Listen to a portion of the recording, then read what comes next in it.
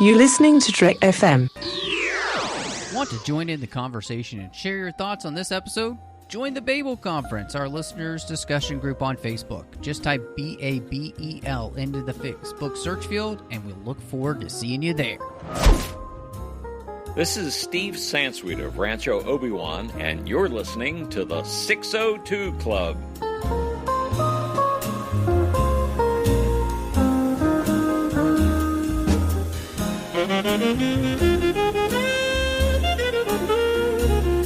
Hello and welcome to TFM's Local Watering Hole, and I am just one of the hosts here, Matthew Rushing, and with me as she is every single week, the bewitching Christy Morris.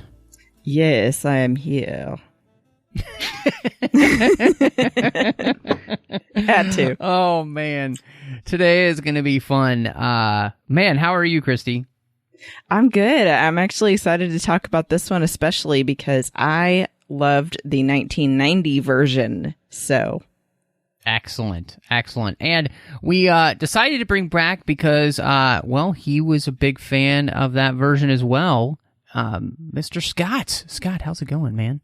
Well, sir, I must correct you right now. I actually have never seen the 1990 version. Oh, my goodness, my lord, I thought you had. Well, bless my heart, no, I have not. I have only read the book.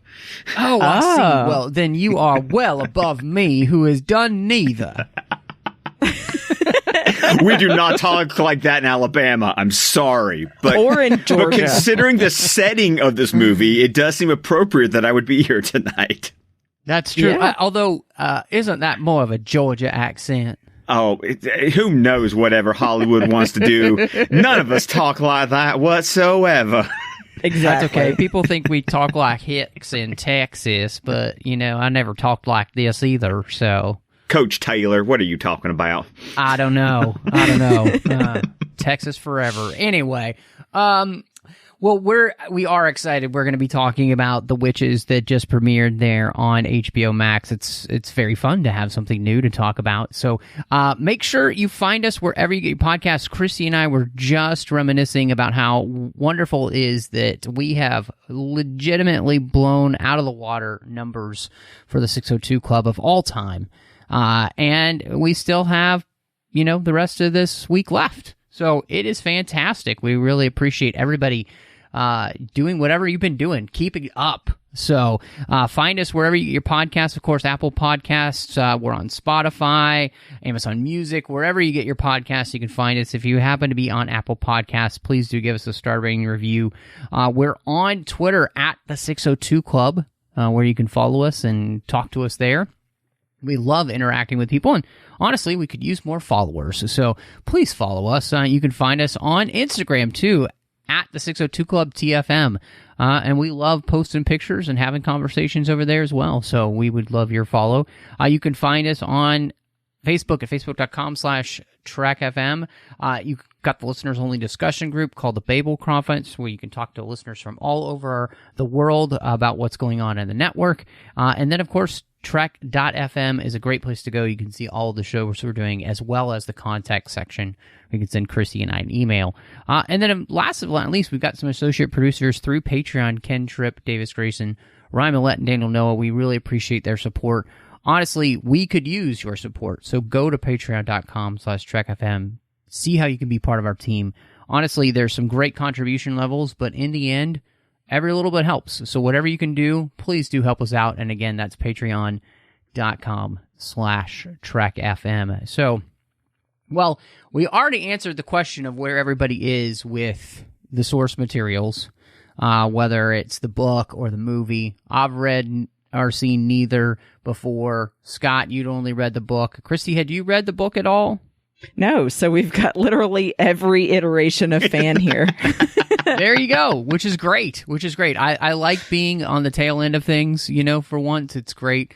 And so I want to ask you then, both of you too, here, we have a new take on this. And the people behind this, really interesting. I love Guillermo del Toro, Alfonso Cuarón, famous for many things, one being, Harry Potter and the Prisoner of Azkaban that he did such a great job on that people really loved in that series. Robert Zemeckis is just a storied filmmaker there. And so they decide they're going to, make this new iteration. And one of their ideas, and I wanted to ask you what you guys thought about this. One of their ideas, Toro wants to make it stop motion, which when I read that, I was like, oh man, this would have been so amazing as a stop motion film. And now I'm a little bit sad that it's not.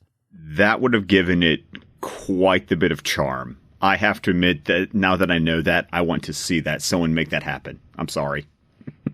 No, don't be sorry. It's interesting because I would love to know for you, especially Scott, how it compares to the book, because Matt and I have never read the book, but I loved the 1990 version of the film.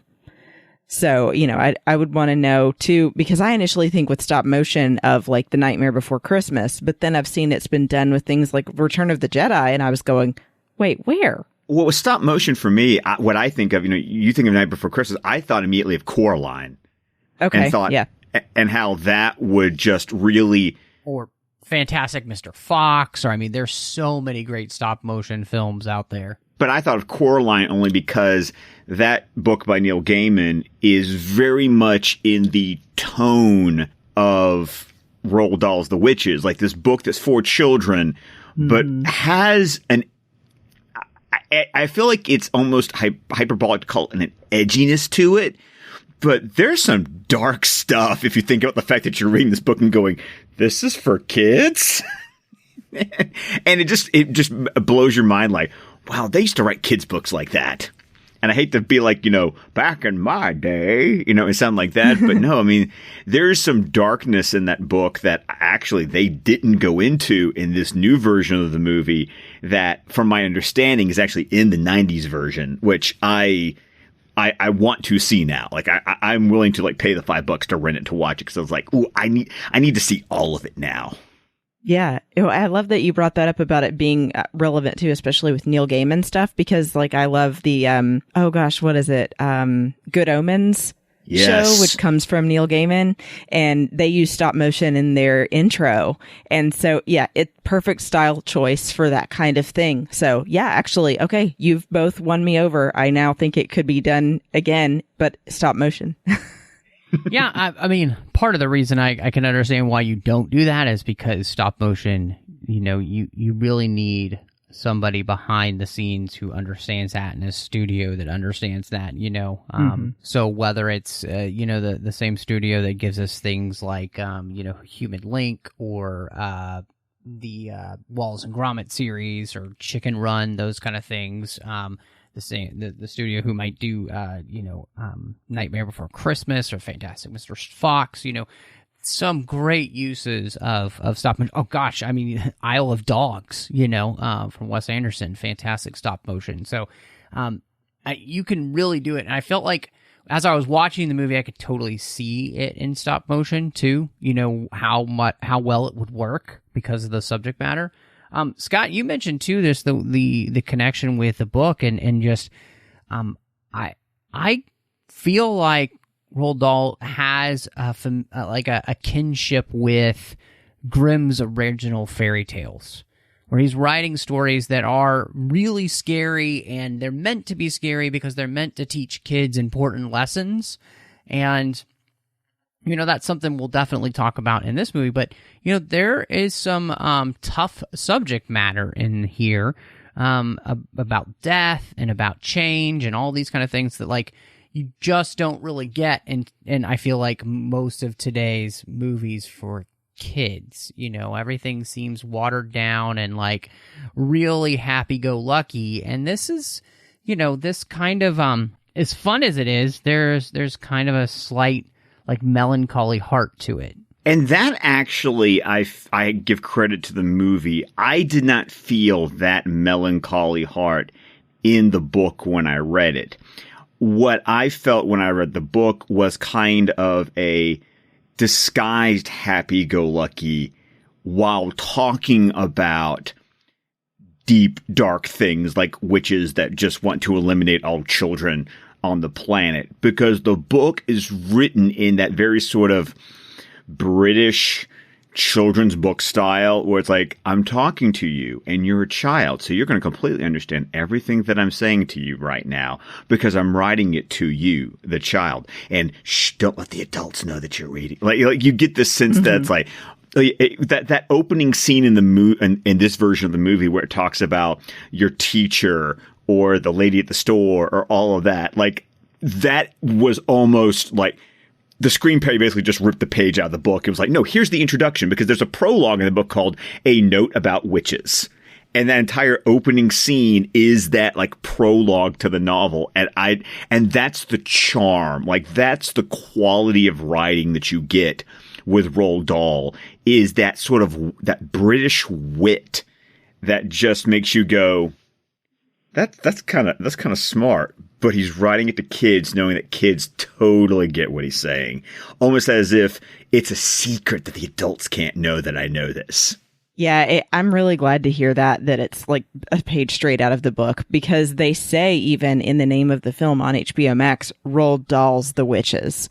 Yes. So they really wanted to make sure that it was following the source material more than just being another remake of another movie. So that makes me happy to hear.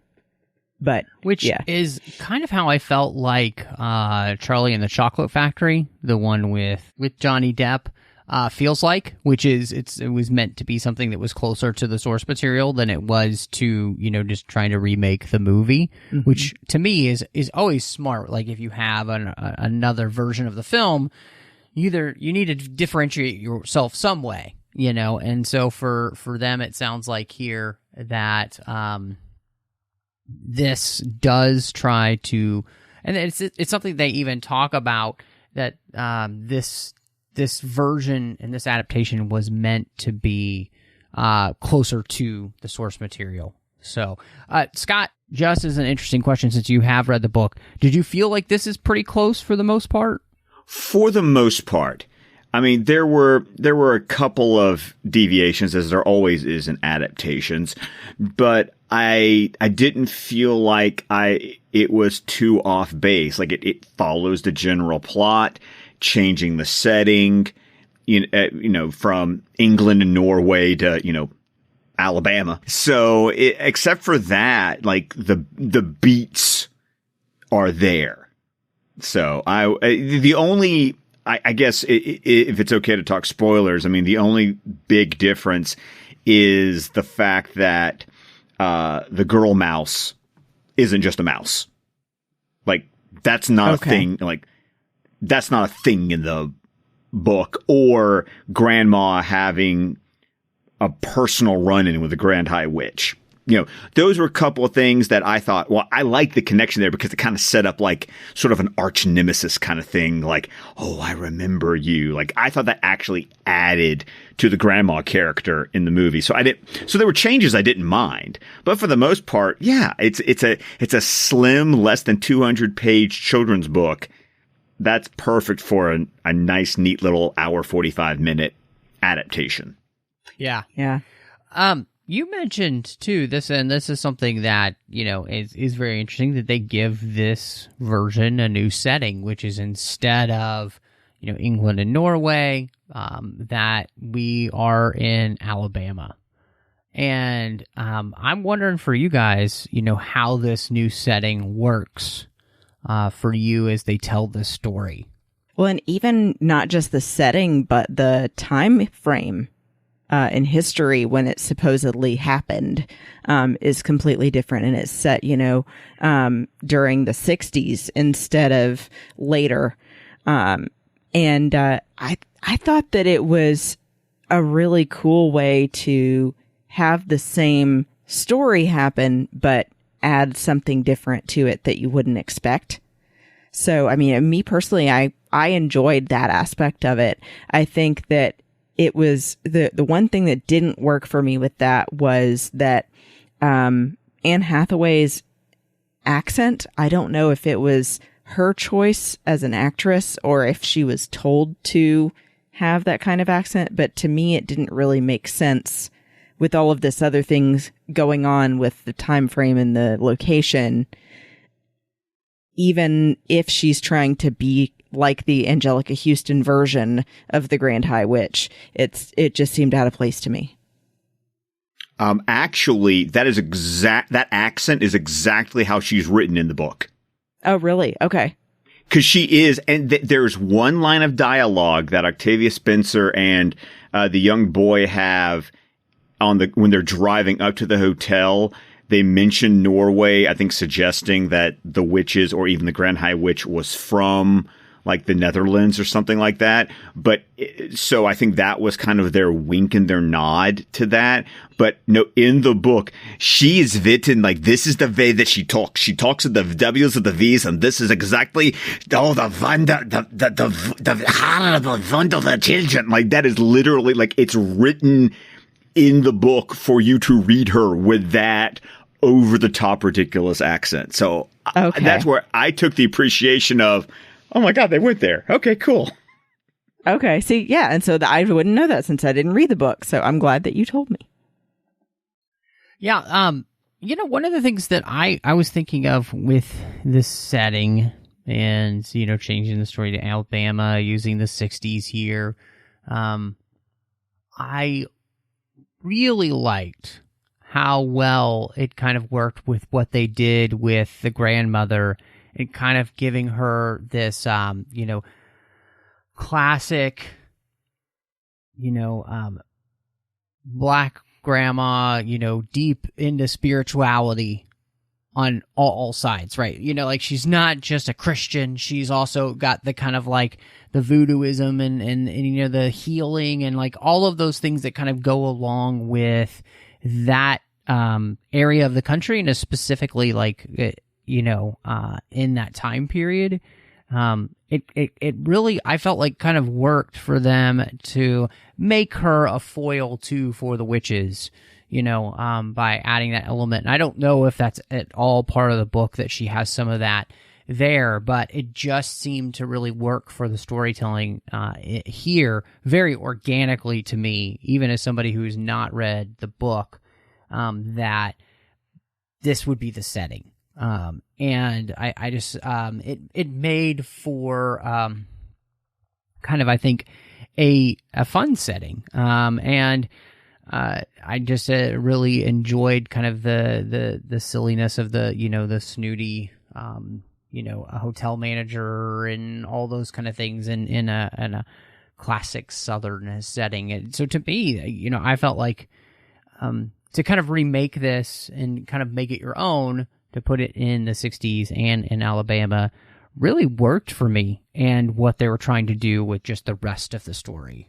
To answer your question, like, no, there was none of that sort of faith healing voodoo. The grandmother really gets fleshed out in this adaptation of the movie. And I like that because I like, you said foil. It's like, okay, here's a woman who in another time and place would have been accused of witchcraft by what she believes and practices, but yet you see her doing it in a loving, altruistic way rather than, this evil death to the children. We're evil for evil's sake because we're witches and we're terrible people. So I thought it added a little bit of parallelism to the movie that is actually not present in the book. So I thought there was some added depth there. Well, it's one of those things too, where it almost it's kind of adds the idea of like there is whatever it is that we have is a tool, So if we have magic, it's a tool, and how we use it is whether or not it's good or bad. Mm-hmm. And so the grandmother using this power for good, like with her healings and, like her herbs and those kind of things, it's all for good. And these witches are using their power for evil. What was interesting too is like, even the way that they describe the witches is basically they're demons that have taken on human form that hate children, so we have this kind of, very, classic evil for evil's sake. There's nothing redeemable about them. They are just evil incarnate who are trying to do evil things to the most innocent among us, children. And Sometimes I think, especially for this story, I think it really works to have that kind of very distinct good versus evil type of story. Yeah, that was the main thing that I was looking for too, being a person who hadn't read the book but loved the 1990 version of the movie. I was looking for a couple of big scenes to play out again, and one of them is the ballroom where they're having the witches meeting. And then two, to actually see the evil playing out in how the characters of the witches look physically, like you're saying, Matt. Like, it's a physical representation of how grotesque they are on the inside as well. And that was something that I remember even as a kid watching the previous film was so disturbing, was seeing the witches for the first time without all of their makeup and wigs and gloves and everything. They were just disgusting, like goblin looking people. And so having them go that far with the, doing it a little differently this time, I think gave it something interesting that I wasn't expecting. Again, having their mouth be sort of like a, Joker's mouth or something where it's cut up each side, I thought was an interesting take on it. But the nostril thing was actually the same from the other movie. You want to know how I got these scars? Right. What did you guys... That's a great question, Christy. You're talking about the idea of what they look like, and I think just the idea of the witches and their design and everything. Partly, they kind of reminded me of the priestesses from the Clone Wars arc with Yoda. The floating priestesses. Yeah. They only have 3 fingers, and then they have the pointed feet and everything. So, but these were like even creepier. And then, yes, they reminded me of the Joker. Like, do you want to know how I got these scars? Like, I thought the design work for that was wonderfully fun. And I think one of the smart things they do about this is that nothing in this movie is meant to be kind of like photorealistic in the sense of like, it's not supposed to be super scary. It's just supposed to be creepy. Mm-hmm. So they go a little bit more cartoony, I think, on purpose because it's a kid's movie. But yes, the personification, I think, Christy, like you said, of like that demonic nature inside that they're trying to hide is perfectly disguised with, their long claw-like fingers when they pull their gloves off, and the mouth and those feet, which are just disgusting. And like the wig rash. Oh my gosh. Oh, that was nasty. I will have to admit that I have held for decades now quite the crush on Anne Hathaway. So I had Who hasn't, brother? Who hasn't? I'm with you. I mean, since Princess Diaries, it's just been there. And I had so many conflicted feelings watching this movie. I was like, how am I supposed to feel here? I don't know. But it's cool that it speaks to her acting skills that she can, make you adore her as in Princess Diaries as the princess, and then here make you absolutely just skeeved out with how icky she can play. Oh, those teeth, the teeth when, especially when she hasn't gone full witch, but they manipulate her mouth just enough to you go, no, the jaws aren't supposed to, that's not supposed to work wrong that way. Yeah. And because it gets really subtle until it goes full on, jaws, shark teeth, giant jaw. And I just love the fact that they hint at it just a little bit by little bit as the ball scene goes on until it just you go, oh yeah, no, ooh, no, that's no. The one thing I'll add though that it bothered me a little was being a fan of the other one as well. I liked how they used practical effects in the previous movie to disguise the witches. And to do, the way that their heads looked and everything. It was all actually, with special effects, makeup and, scar pieces and things like that. And this, all being CGI, to me, I felt like you lose a little bit of the magic that made it a little extra creepy. And to your point, Christy, I felt like the stills that I've seen of, I like the way you put it, the more the goblin look of the witches, because, they're supposed to, in both in the book and in the 90s version, they're actually supposed to like peel their faces off because they're masks. And that's actually in the book. And so the look that I've seen that the witches had in the 90s version is closer to the way Quentin Blake's illustrations looked in the novel. So credit to the 1990 movie. I feel like they nailed that look. I think this movie probably wanted to do something different to distinguish itself, but I'll co-sign what you're saying. Yeah, I really thought, like you, Scott, I mean, I've been a huge fan of Anne Hathaway since, like, The Princess Diaries or Ella Enchanted, and all the way to now, and I felt like, she's done so many different things, but to see her really just go big for the all-out villain, I thought was really fun. I felt like she was enjoying herself the whole time. You could tell she was having a magnificent time just chewing up scenery with this ridiculous accent and everything, and I think that's what makes it fun. I feel like anybody who would get on her with her accent or the over-the-top nature of this doesn't understand what type of story we're telling, because that's the point of this type of story.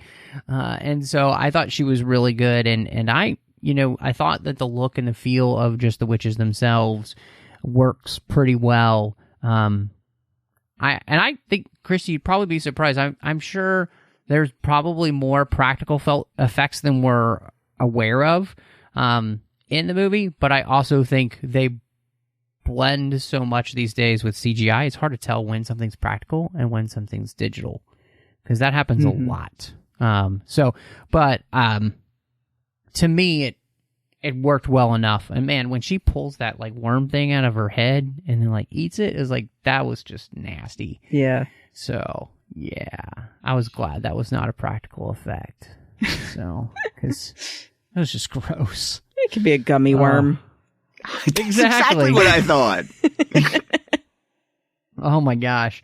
What did you guys think of Octavia Spencer as Grandma? She can give me a warm hug anytime, and she can fix me that cornbread and that fried chicken whenever she feels like. I mean, seriously, my wife and I watched this movie together, and I was just like, we just looked at that food going, we got a little hungry watching this movie. But I have always enjoyed Octavia Spencer in anything that she's in. Even if I don't particularly enjoy the movie she's in, I still enjoy her because she just radiates warmth. And she's just a joy to watch. Well, except for that horror movie she did, then she doesn't radiate so much warmth. I actually haven't seen that movie, so I haven't either. I plead the fifth to that, because no, I did not see, what was that called, like Ma or something like that? I actually want to see it because I love Octavia Spencer so much. But yeah, she is so captivating in everything she's been in. I think the first thing I ever saw her in was The Help. And then I really wanted to see Ma, and I still haven't. And that reminds me I need to see it. But I love her as the grandmother in this. I think that she's really great at being the character that's teaching her grandson about dealing with death and dealing with tough things in life, and not necessarily being what you would think of as the, way a grandmother would usually handle that kind of thing. I like that she has that scene with him in the kitchen where she's telling him, I'm not going to feel sorry for you. It is a terrible thing that happened, and we're going to get through it together. But sometimes things like this happen. And it's a really great teachable moment for kids, I would think, that would watch this as well, to find out that everything in life is not going to be perfect, but you're still going to be able to get through it. There's still this positive message out of it. And yeah, she was brilliant. I like too that you mentioned, Scott, as well, her having that back and forth with the Grand High Witch, and not being originally in the story.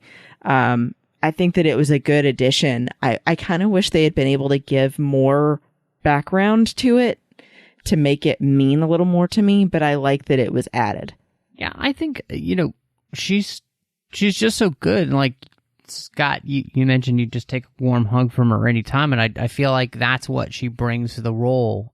But as you mentioned too, Christy, there's this no-nonsense to her. Like, she is kind of more of a classic grandma figure, which is they love you, but they're also going to love you with some tough love too, right? And that's something I feel like movies and anything related for kids has really lost the idea that we need to like help kids understand the real world instead of like coddling them. And she doesn't coddle her grandson at all, but she still loves him with all that she is, which is beautiful, and yeah, I would take that cornbread any day. It looked so delectable. I was like, oh, that's some Southern cooking right there that I've been missing. So. It was so thick. It was so thick and fluffy. It was a cake.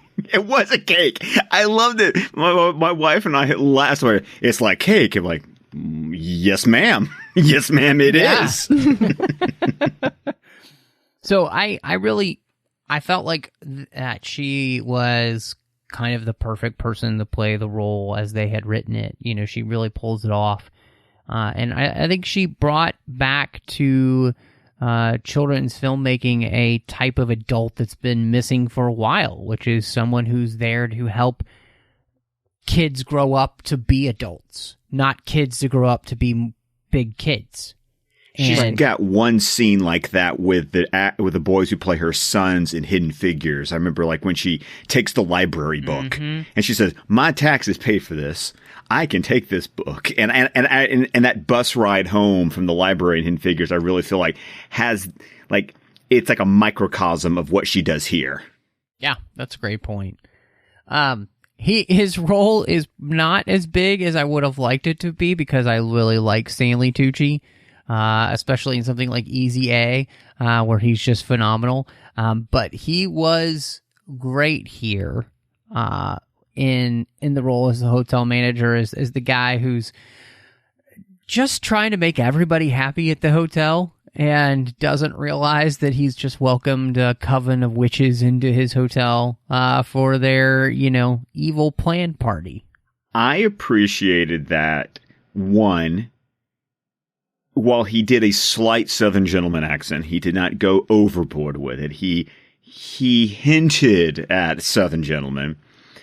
I was also, I will be very surprised. I was wondering, because of the setting, both in place and time, the fact that Octavia Spencer just walks into this hotel, I was really wondering how they were going to deal with that. Like, were they going to address?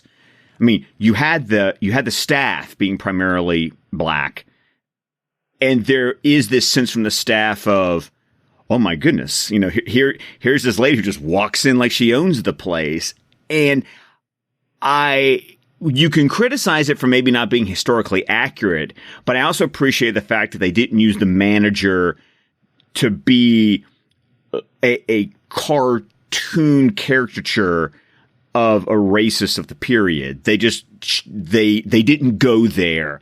And I'll say that I appreciated that they did make him just a manager treating her like another customer, especially since they've established that she's kind of royalty in that her, was it a cousin or whoever was the chef there? Like, I thought that was the perfect segue to make it, quote, okay, that she was just walking around this hotel, considering the place and time.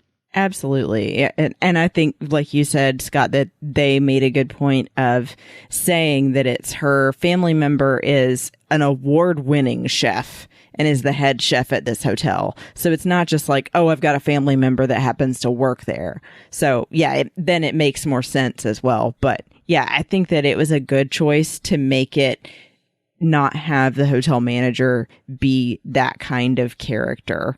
And be offensive just because it may have been more historically accurate in reality. It doesn't mean that you need to have that in a movie. Yeah. And I just think he's a great character actor because he brings all of that to life really well without having to have a ton of screen time. Stanley Tucci just has that. Yeah. So, yeah, he's absolutely that good. So I think they did a great job in casting him. I really liked Jahzir Kadeem Bruno, who plays, and he doesn't even have a name, he's just Hero Boy. And I thought he was really fun.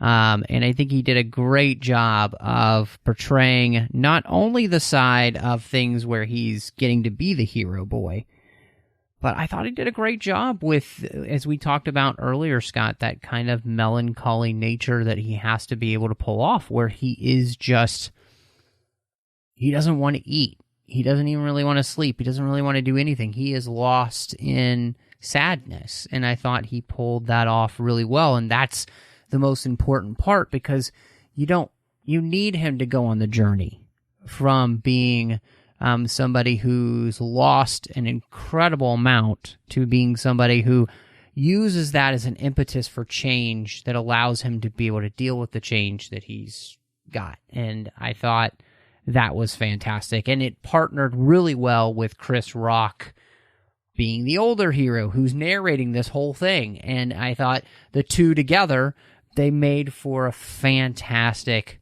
character. Like they melded well as a character. And as a child actor, I thought he particularly shined when he was doing the voiceover work for his mouse version.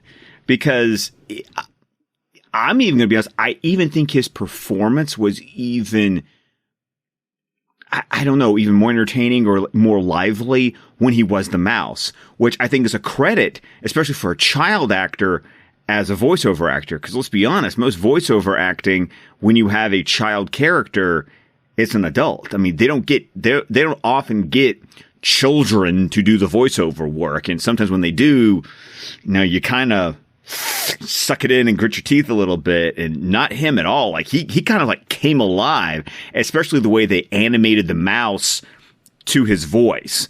So I was very pleased. I mean, children actors are just like, it's the crapshoot you take when you get a child actor. You can either get some amazing ones, and then you can get some winners, air quotes. So I was very happy with how this turned out, especially since he is the protagonist of the movie. You need a child actor who has the chops to carry the movie. And in this case, carry the movie both as the boy and as the boy as mouse. 100%.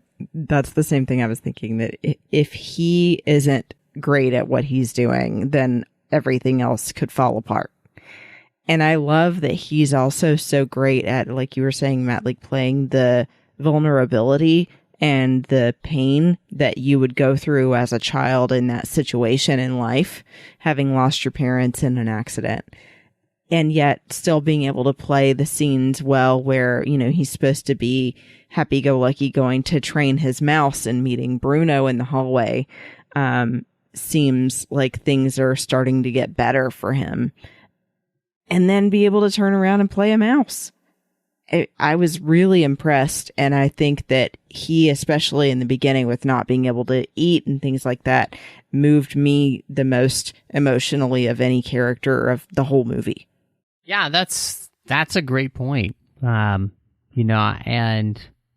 I hadn't even necessarily thought about that, Scott, and I don't know why, but you're absolutely right. For a child actor to be able to pull off playing the animated character, which is just voiceover work, was really well done, and it didn't seem like there was any differentiation between the two, which is really what you want. And I think you're absolutely right. I think one of the things is that, he gets to be more entertaining and fun-loving as the mouse than he does as the boy, too. He has that opportunity where he doesn't get that opportunity, beforehand. So I think absolutely, I love it. I think it's really well done. Again, having Chris Rock then play the older version, I think all of that really worked very well. So yeah, absolutely. Great stuff all around from everyone involved. I think that's the joy of, like, I feel like that's kind of the joy of doing this. is them getting to do something different, maybe than was done in the 1990s version. So, Codie-Lei Eastick, who plays Bruno Jenkins, the little English boy who's turned into a mouse. Wow, he was really funny, like exceptionally funny as the classic, like, slightly overweight English boy who is always hungry, and always finding himself in trouble. And I just found him kind of hysterical the whole time. And, I will say it was kind of a cliche, right? He's kind of a cliche character, but I laughed a lot with his character. I thought he was just really funny. So I thought that was an interesting change from the book, because yes, he's always hungry in the book, but he is also a entitled brat in the book. Think about some of those particularly nasty children from Charlie and the Chocolate Factory, and that is who Bruno is in the book. So I thought it was interesting that they definitely went a route to make him a much more likable character, and he's still the comic relief no matter what, but he's more lovable comic relief than, comic relief because he's the mean, nasty little child who turns into a mouse and we laugh at his misfortune. The closest you come to that is when he comes into the ballroom and the Grand High Witch, he's demanding his chocolate. That's as close as he comes in this film version to being as demanding and self-entitled as he actually is throughout the book. So I was very curious, Christy, how is that character played in the 90s version? And I will say it's been a little while since I've seen it, but I believe that they actually did the same treatment as they did for Bruno in this movie in the 1990 movie. So they made him a more likable character that's more of a friend to the hero than, like you were saying, the laughing at his misfortune. I do want to add something I thought was kind of funny was I kept thinking this actor looked really familiar. He looks to me so much like Harry Melling, who played Dudley in the Harry Potter movies. Yes. Yes. So I instantly didn't like his character because he reminded me of that mean kid. But doesn't I almost felt like also his mother reminds you of Fiona Shaw, who played Aunt Petunia in the Harry Potter movies. Yeah. It's funny because I feel like Roald Dahl has a proclivity for writing annoying children that you might not feel as bad for if something like not so great happens to, like in the Charlie and the Chocolate Factory, or, Willy Wonka and the Chocolate Factory. Yes, and Christy, you like Violet. Again, he's just got this ability to write these type of characters that, like, if something happens to, you're not actually feeling all that bad for it, which is that a bad thing to say that about a kid in a movie? I don't know. He's it's really like good at writing those characters, right? It's kind of like thinking about. I mean, C.S. Lewis did the same thing. Think of like Edmund in Lion, the Witch, and the Wardrobe, or Eustace in Dawn Treader. It's like True. I think it's a British thing. I really do. There's always that one kid you don't really like. I think you. I do think you kind of nailed it. You're right. That is exactly who Eustace is. That's exactly who Edmund is, and these little brats that you can't stand, that you want to see get their comeuppance. Which isn't that, as we kind of talked a little bit earlier, Bruno's character is representative of something that we used to, I think, traditionally find irreprehensible in children, to act in that kind of way.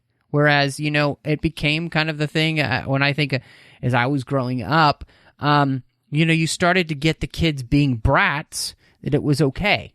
I think of like Home Alone. Kevin's a brat. Mm-hmm. And we all found it funny. And it was like kind of celebrated. Whereas, these type of movies don't celebrate that type of behavior.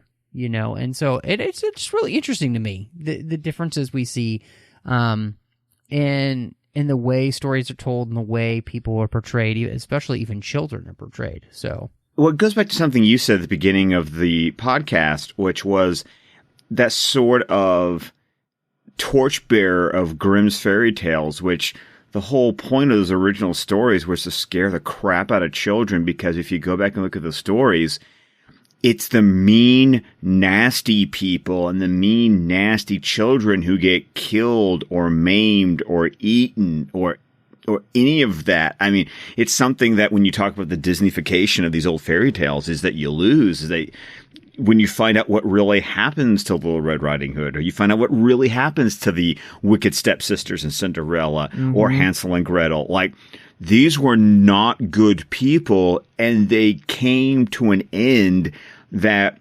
narratively the story would say, well, they deserved because they had it coming. Right. Or this will happen to you if you're a naughty child. Yes. The moral to the story is be a good kid and you won't have this happen to you. Like, I love that they added in here, and maybe you can tell us, Scott, if this was in the book too, because I don't remember. Don't take candy from strangers. Yes. Was that in the book? Well, I'm not sure if it came out that way, but yet the whole plan about making the most wonderful candy stores and all of the world, you know, the whole idea of it being, of the mouse maker being in candy that they're going to sell is absolutely it's something that, you know, that's how they get you. And yeah, it's just, yeah, it's these subtle moral messages that I feel like adults either miss or they blow off. But I'll tell you, those are the messages that, like, the kids latch on to. Like, it's like, they might not seem like that big of a deal, but I'll tell you that's what a 6-year-old or a 7-year-old, like, that's what sticks with them when they watch something like this. It scares you straight. Yeah. Yeah, I mean, I think you're absolutely right. It's the morals, meaning, and messages that we used to put into kids' movies. You know, it's the reason that George Lucas wrote Star Wars specifically. You know, he even says it in one of his early interviews about the idea that this was meant to teach kids things that they weren't being taught anymore, you know? And we used to do that through fairy tales and stories and those kind of things. And so I think that's really... something that is lost, and we get here with this storytelling. You know, I remember in my brain the moment that Daisy speaks, who turns out to be Mary. I was like, that's Kristin Chenoweth, and I love Kristin Chenoweth. And so I was really glad to have her here in the movie playing this role, and as she does always, she was fantastic. My wife totally I didn't catch it before my wife did. My wife like, isn't that singer, that really famous singer? And when she said that, I went, oh my God, it's Kristin Chenoweth. I had no idea she was in this movie. Yeah, I didn't catch it actually until I was reading the credits. So good on you guys for recognizing the voice, but it was so different to me than what I'm used to hearing from her. For me anyway, I didn't catch it. I watch a few things that she's been in, Pushing Daisies being one, and so I'm quite just familiar with her voice in general, and she has a pretty distinctive voice. Yeah. You know, so, but yeah, I just kind of love that she is in this movie. Like, I really enjoy her when she's in things, and I thought she was kind of the perfect... because she has a slightly older sounding voice, even though she can still kind of play. She can still play kid, but it made it nice because she's been this mouse longer, so it kind of, I don't know, for some reason too, I just felt like that really worked as well. To kind of have her have a slightly older sounding voice than the others. So yeah, I just loved it. I just love Kristin Chenoweth anyway, so for it was me, really fun to have her. For me, it wasn't the performance I took issue with. Like I said, this was a change from the source material. That's not a thing in the book. I was curious, and maybe you guys can talk some sense into me.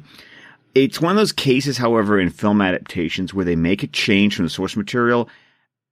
And I personally didn't see why the change needed to occur unless it was to give another female kid, like it's kind of I almost call it like the Harry Potter formula, the two boys and the girl. Because you see in Harry Potter, you see in Percy Jackson, they even did like a young James Bond book series. Like there was a thing in YA where it was like two boys and a girl. Like this is the formula we follow when it comes to our protagonists. And I felt like they were following that because personally, I didn't see why you needed Mary to also be a kid turned into a mouse. But that was just me. And I agree with you on that, Scott. I think that maybe the reason why they added that piece to the story was just that they felt like they needed some kind of reason for her to be there other than just being the pet mouse that now also talks. But yeah, I mean, from what I remember too in the previous movie, I don't think there even was a third kid or mouse or anything. I think it was just the two boys the entire time. But I mean, to be fair too, in that one, the grandmother didn't really have a role. So I'm glad for those kind of changes. But I wish that Kristin Chenoweth had been able to have more of a role, is what I want to get at, because I think that this other mouse wasn't necessary. And good point too, Scott, about the formula. Actually, we recently reviewed Enola Holmes and they had the same thing, two brothers and a younger sister. But yeah, so I don't think she was necessary, honestly.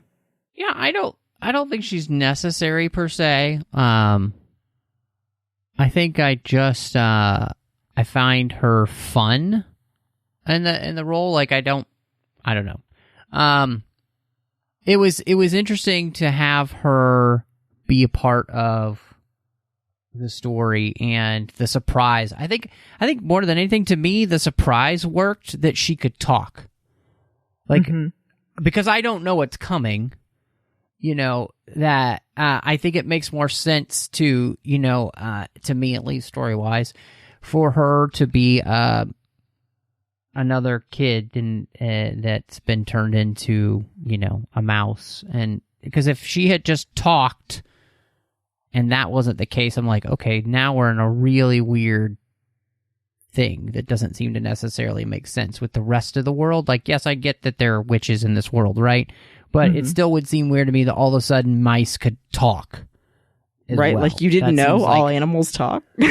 Right, that to me that seems like that's where you kind of almost like jump the mouse, I guess. So, where it's like, yeah, that's just that would be too much for me. So does that make any sense? Does that help at all, Scott? No, I know. I get, I mean, if you're going to make that choice, I think Christy made a good point that helped me out. It was like, it justifies the mouse being there, because in the book, pretty much once the boys get turned into mice, his pet mouse just kind of like exit stage left and like, right. Is not Never a hear character. about it. But there was one thing I meant to bring up. I do wish that in a couple of parts that the script writing had been a little better, because although I know that the story is directed at kids, it felt like even for kids that they were repeating themselves too much. Did you, either of you get that feeling? Like, I'm thinking of specifically when, the hero is first turned into a mouse and meets his grandma again. And he says, I was turned into a mouse. And she says, you were turned into a mouse. And he said, yes, I was turned into a mouse. And I'm like, do we have to say it 3 times? Okay, I will admit that was a scene that I agree. Like, that was as close, that whole sequence right there was as close as the movie I felt came to being condescending. Yeah. To the audience.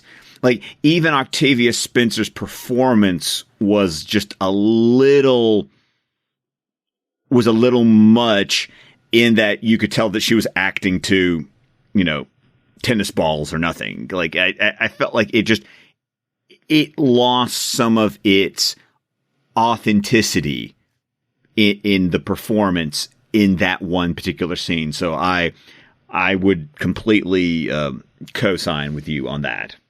Okay, so it wasn't just me. It wasn't just like No, it was I not could just see what you. you're saying there. I think any kids movie, you have to be careful for sure with how you're writing it, and you don't want to dumb it down too much. Kids aren't stupid, Right. and sometimes we write like kids are stupid, and that's just not the case. Like, kids are smart, like if we treat them as smart, then we don't have to dumb things down, right? Like, there's no reason to do that. So why would we do it in the first place? So I agree with you, Christy. I think that's a great point. So, so we've kind of talked a little bit about this whole idea, and I think it's something that, Christy, even as we mentioned when we were talking about 20,000 Leagues Under the Sea last week, that was a movie about dealing with death and pain. And this movie has that too, where you're having to deal with the pain of change. And watching Hero Boy lose his parents. And to me, it really struck me how this movie talks to children about death. And the way the grandmother tries to help explain this to her grandson, which is, look, we may never know why this happened, but that doesn't mean that there wasn't a reason for it and it didn't have a purpose. We just may never know what it is, and I felt like this whole idea of tying into kind of like our traditional understandings of life and spirituality and those type of things was really kind of a beautiful thing. And I don't know, Scott, if that's part of the original book at all, but I thought it worked really well here. And again, as we mentioned, I think that this just really ties into them going for a much more traditional feeling film. I think it just in general, this just feels like a much more traditional film. And I think it really works, and it succeeds on levels that I haven't seen a movie for kids work in a really long time, because it's tying back into important things for kids to deal with, like change and death and like big life changes, like in some ways him turning into a mouse also kind of feels like it could be akin to like growing up, right? And becoming a teenager and then becoming an adult, but two, it also tied into the whole idea of, things like she was talking to him, things happen and we don't know why they happen. But there's always a reason for that. And I thought, him turning into a little mouse, ended up working out to teach him, him having his parents die, kind of helped prepare him for this other massive life change that was just about to come for him that we didn't know, where he was going to be turned into, a mouse. And so I just thought the whole thing, all those thematic elements to me worked really well. I was really surprised how well they worked in this movie. I appreciated the fact that it dealt with the parents' death with some level of depth. Because I'll be honest, the book just kind of, okay, the parents are dead. I'm with my grandma now. Like that was just in the book. This sounds so callous, but like the parents dying was just the vehicle to get him to his grandmother. Like that's basically how it's treated in the book. Like there's nothing to deal with there. Personally, sometimes I get a little. It can sometimes rub me the wrong way when they want to deal with the idea of death and change. Like it always has to have a purpose. It always has to have a reason. What I appreciated more was you might not. Yes, it stunk. It's awful. You got to keep going. And that was a message that I really appreciated, was pick yourself up, dust yourself off. You can be sad. You can mourn. There's an appropriate period of time for that. But at some point, you got to put one foot in front of the other, and you have got to keep living. They died, and it's a tragedy, but you're still alive. Don't let this kill you too. And I thought for very stark ideas, I thought they handled it very well for a kid's movie. Yeah, it's so funny. You said exactly what I was thinking, that they did die and it's horrible, but you're still alive. And that it's something that unfortunately a lot of people have to go through and figure out. And it doesn't mean that we know right now how we're going to get through it necessarily, but that you still have the opportunity to live a full life, and you need to do your best to take that on and go with it. And that they still had each other, you know, at least he didn't get left completely alone. He still had his grandmother. So I like that there was that piece of it. But yeah, I think you're both exactly right that it deals so well with a really tough subject of trying to show kids how to get through huge life changes like that could happen. Or even just like you were saying, Matt, in a little bit lighthearted way of, you know, then further change of turning into a mouse, which I still kind of feel sad that I was thinking for some reason they later got changed back into humans in the previous movie, but apparently not. I was wrong. So that part's a little sad too, that then, you know, he lost his parents, he's living with his grandmother, and then he gets turned into a mouse forever. But hey, he's still alive. And he gets to go hunting witches. And isn't that True. so much fun? Yes. And the cat even got its vengeance. That was unexpected. That was pretty fun. Got a little dark again with that one. So that's something that it just really strikes me is interesting. You know, this whole thing to me is watching through this, I was really brought to how much this movie reminded me of old classic movies that I kind of grew up with, you know, like, and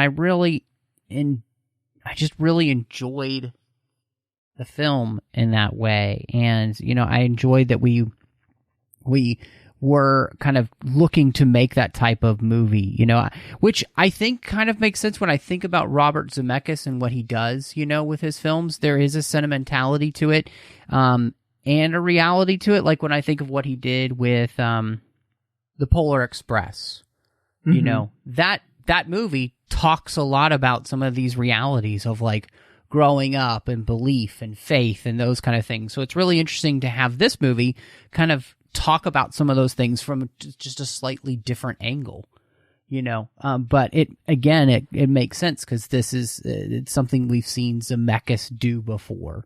And so I'm really fascinated, you know, as we've talked through this now, I'm kind of I'm actually literally on the edge of my seat right now.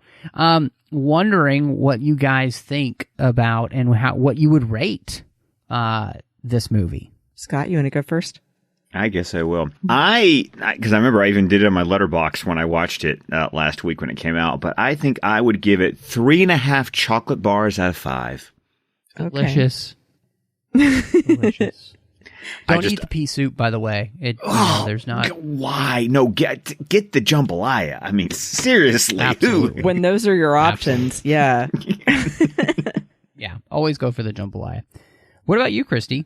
So I'll be similar, but slightly lower just for the couple things I mentioned. I'll do a 3 out of 5 mouse maker potions because I love those little purple bottles. So cute.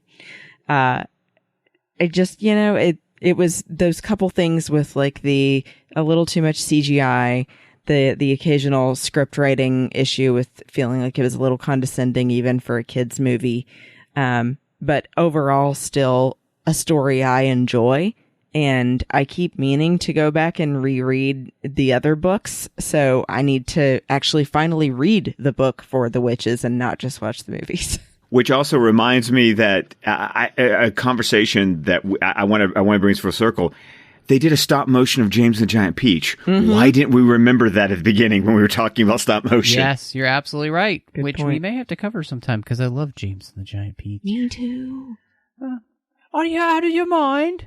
Anyway, so I'm right there with you, Scott. I think it's 3.5 out of 5. You know, I feel like this is it's a good movie. You know, and I think it's above average as a kids movie too. I think this is a great movie for families. You know, this is a great movie to watch with your kids and have a great time. It's a fun new addition, I would say, to the Halloween season. You know, it's a little bit scarier, but you know, it's super fun. And it's not too scary for just about any part of the family. I mean, depending on your child, some children may find it a little bit more scary than others, you know, and that's to be expected. But yeah, all in all, you know, I didn't really know what to expect, in all honesty. And so the fact that I come out of this in a movie that's not made for me, like, you know, it's really made for kids, coming out with a 3.5, I think is fantastic. So, yeah, I mean, in a world where we haven't had new films in months, it was nice to watch something new. So, but as everybody knows, it's now going to be time for recommendations. And Scott, since you are the guest, I feel like you should go first.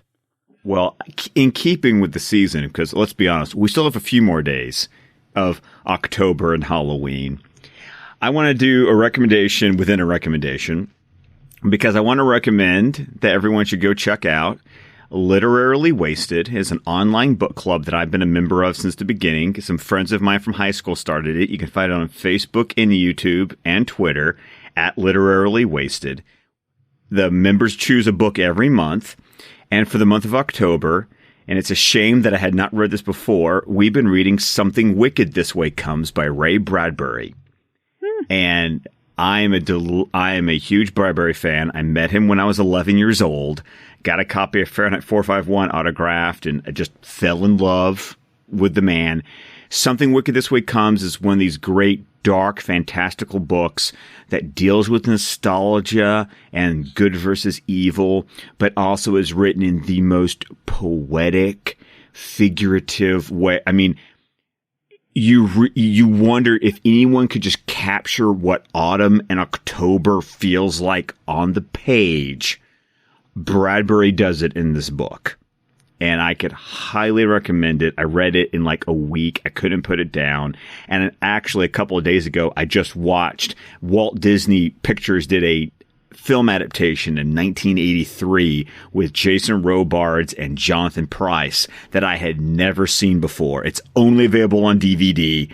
I bought it for $8 on Amazon, and I watched it, and it's just if you want to feel October, Something Wicked This Way Comes by Ray Bradbury.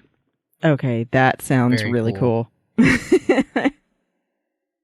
That was a really good recommendation. I feel like mine are never that interesting, even though I think the material is. So, good job. I love a good book recommendation too, so that's very exciting. Yeah. And I'm actually going to throw out something a little different for me, but keeping with the theme of October, something a little spooky. My husband got me started watching a new show actually on the DC app. Since we have Scott here as well, I thought something DC would be fitting. And it's called Doom Patrol. And I love Doom Patrol. So it's interesting because sometimes I have to take a bit of a break because sometimes the material could just be so heavy that it's a lot and I can't just binge it. I need to take a time out and come back to it. But it's so interesting. It's a really, like a generally dark story, but it has some funny moments. And, FYI, Brendan Fraser gets to debut again in this, so I highly recommend checking out the Doom Patrol TV show on the DC app, or it may be moving now to HBOMax, actually. Season 2 was actually released on both the DC Universe app and HBO Max, and now that all the shows are moving over to HBO Max because the DC app is becoming just a comic reader. Yeah, it is touted. It was the first show that HBO Max was like, no, we want that. Yeah, because it's good. It's good. It is. I honestly would say it may be the most insane thing I've ever seen. Like, pretty weird. Legitimately.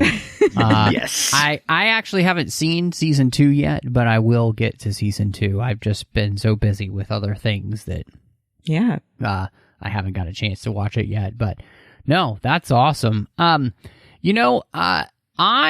was talking to a good friend of ours, Christy, from Celebration Sean, and we also follow each other on Twitter, and this is where I saw that he had just watched for the first time the original Rambo, First Blood, and I had never seen Rambo.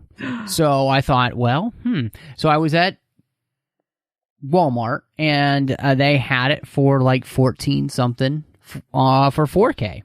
So I was like, that's not a bad deal. I mean, it's not that much more than renting it. So I highly recommend First Blood. If you've never seen it, it is surprisingly good. I've never seen it. So you're literally the second person in 3 days and I'll to mention First Blood to me. Everybody's like, Scott, you need to see Rambo. You do. First Blood. And because of that, we're actually going to cover all the Rambo films from start to finish next year. Christy and I talked about that, and John Mills is going to join us for that series. So really excited. If you've never seen First Blood, start with us. We're going to be starting there in January, and so we would love to have you watch along with us. And if you have seen it, it's a good reason to go back and rewatch it again. Before we get to anything else, I totally forgot. I just added the 602 Club on Letterboxd. So if you're on Letterboxd, you can follow the podcast and see every single movie that we've covered. I went through and added it chronologically, so all the times are correct, like when the episode actually dropped. All the review sections for that film have the link for the episode, so you can find it. And so you can follow along with the podcast now on Letterboxd. So please go over to Letterboxd, and it's just Letterboxd at the 602 Club. So we'd love to have you follow along there. But Scott, as always, it's fantastic to have you on the show. I'm really glad that you wanted to join us with this one. And I think it was, phenomenal that you had read the book, and Christy had seen the original movie, and I had done neither. So you guys made up for all of my, lack. So thanks for coming back. And where can everybody find you? Because I know you've got a ton going on. Well, of course, you can find me personally on Twitter at ScottDC27. Feel free to follow and chat me up. I love talking movies, comic books, Alabama football. It's a plethora of discussion that can happen. Of course, you can also follow my podcast, DC Film Squadcast, on Twitter at DC Film Squadcast, or wherever it is that you listen to your podcast. Wherever you're listening to this podcast, you can find DC Film Squadcast. We're also on Vero, Facebook, YouTube, and of course, you can find the entire network over at www.squadcastmedia.com. Awesome. And of course, you can find me as well on Instagram and Twitter at BestBenBell. And when I'm not here on the 602 Club with Matt, I do a show with my friend called Sabers and Spells with my friend Teresa Delgado. And we talk about Stranger Things, My Little Pony, a million other geeky things under the sun. So look forward to doing that one again soon. And, of course, you can find me on Twitter, Instagram, Letterboxd, Vero, under the name MattRushing02. Of course, I'm here in the network doing Literary Treks as well as The Orb with Chris Jones. Literary Treks is about the books and the comics of Star Trek. Don't miss that. Just recently, we interviewed Kirsten Beyer about her last Star Trek Voyager book, To Lose the Earth. It's an interview you don't want to miss. Of course, The Orb is about Star Trek Deep Space Nine. And then over on the Nerd Party Network, 2 shows. One's Aggressive Negotiations with John Mills. This week we finish up our commentary series for The Mandalorian Season 1. so you can be ready for Season 2. And then, of course, doing Owl Post with Drea Kaufman as we talk about Harry Potter each and every week, one chapter at a time. But, you know what? Thank you so much for joining us. And y'all come back now, you hear?